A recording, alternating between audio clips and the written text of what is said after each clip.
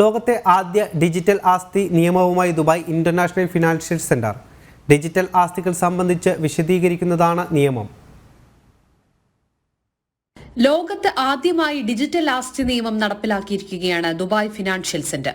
നിക്ഷേപകർക്കും ഉപയോക്താക്കൾക്കും നിയമപരമായ സംരക്ഷണവും ശക്തമായ ചട്ടക്കൂടും നൽകാൻ ലക്ഷ്യമിട്ടാണ് നിയമം രൂപപ്പെടുത്തിയിരിക്കുന്നത്.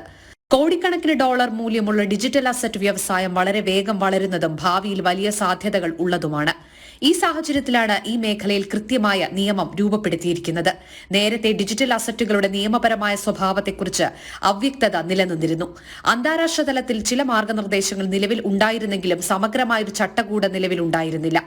വിപുലമായ ഗവേഷണവും വിദഗ്ധരുടെ അഭിപ്രായങ്ങൾ ശേഖരിച്ചുമാണ് DIFC നിയമപരമായ ചോദ്യങ്ങൾ കണ്ടെത്തുകയും അവ പരിഹരിക്കുന്നതിനുമുള്ള ഒരു ചട്ടക്കൂട് നിർമ്മിക്കുകയും ചെയ്തിട്ടുള്ളത്.